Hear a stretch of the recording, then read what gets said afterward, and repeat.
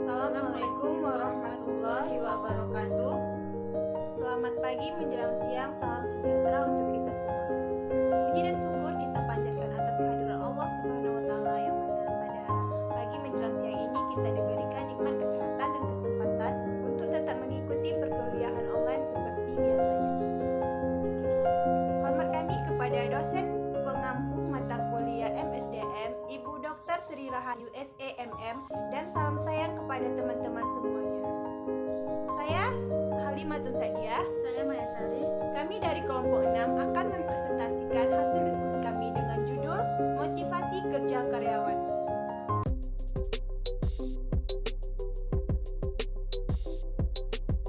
Motivasi kerja karyawan. A. Pengertian motivasi kerja.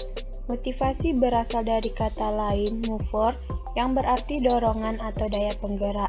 Motivasi ini diberikan kepada manusia, khususnya kepada para bawahan atau pengikut. Adapun kerja adalah sejumlah aktivitas fisik dan mental untuk mengerjakan suatu pekerjaan. Motivasi kerja karyawan adalah kondisi yang membuat pegawai mempunyai kemauan atau kebutuhan untuk mencapai tujuan tertentu melalui pelaksanaan suatu tugas. Motivasi kerja karyawan akan mensuplai energi untuk bekerja atau mengarahkan aktivitas selama bekerja dan menyebabkan seorang pegawai mengetahui adanya tujuan yang relevan atau tujuan organisasi dengan tujuan pribadinya. B. Manfaat bagi perusahaan. 1. Kemampuan untuk cepat tanggap dan bereaksi.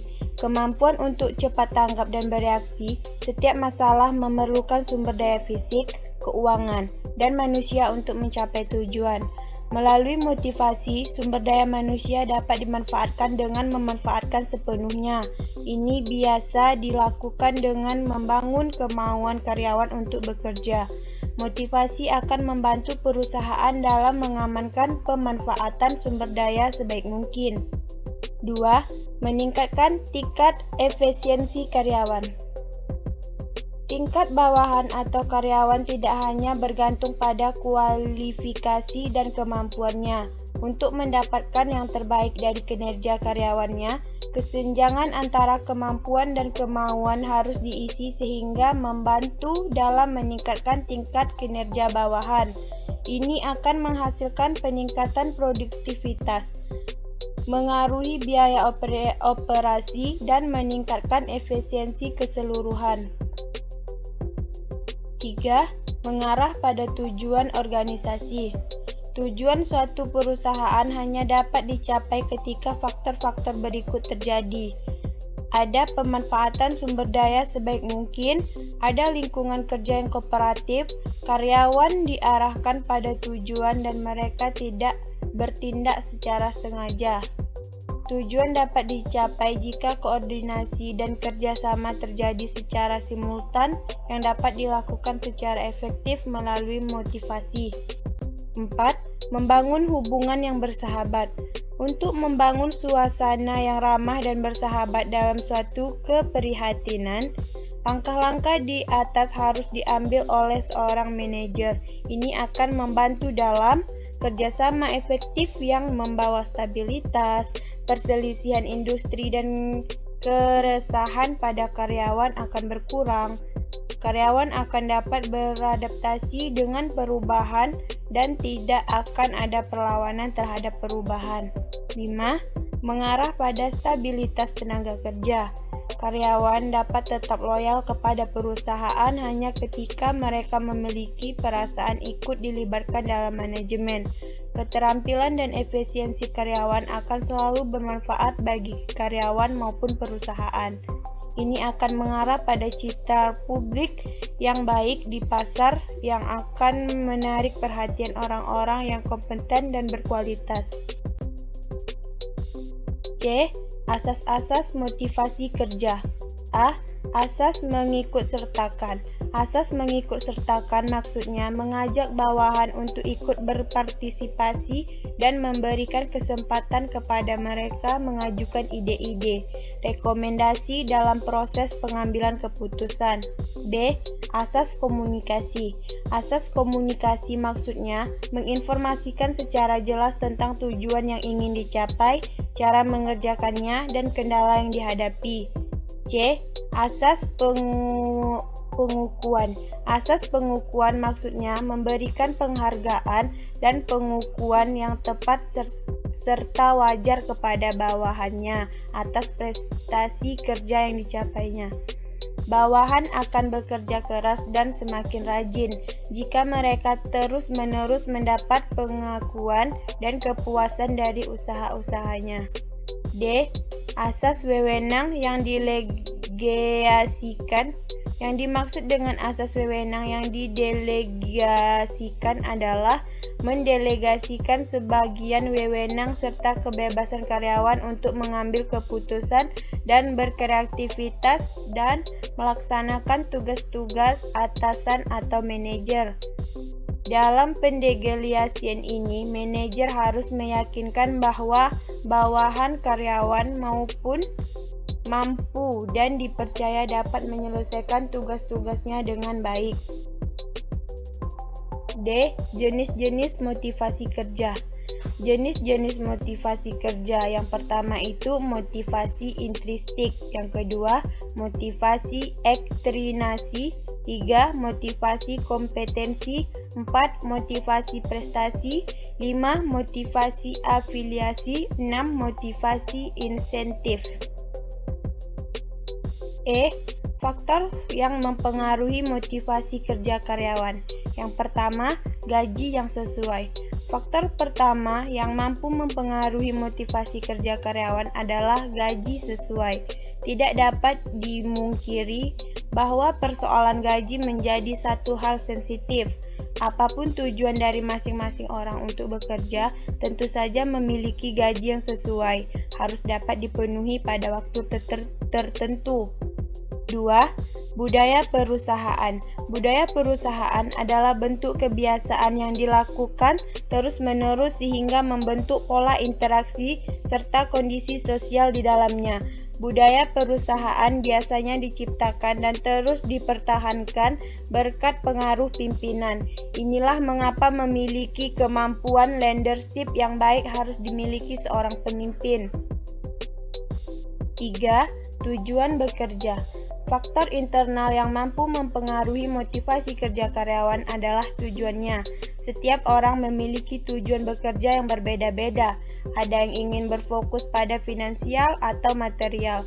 Masing-masing tujuan bebas dipilih oleh karyawan, tergantung keinginan mereka. 4. Tujuan pribadi.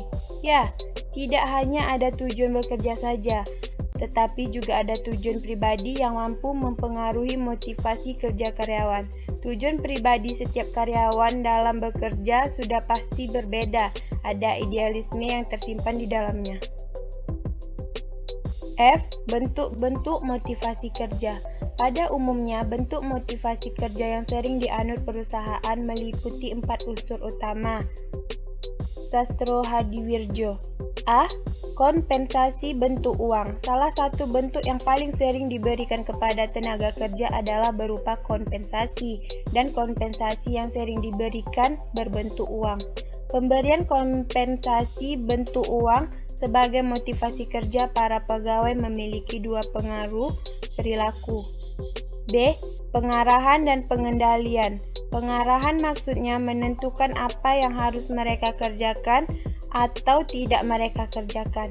Sedangkan pengendalian maksudnya menentukan bahwa tenaga kerja harus mengerjakan hal-hal yang telah diinstruksikan. C. Penetapan pola kerja yang efektif. Pada umumnya, reaksi dari kebosanan kerja akan menghambat produktivitas kerja. Untuk menanggapinya digunakan beberapa teknik, yaitu 1.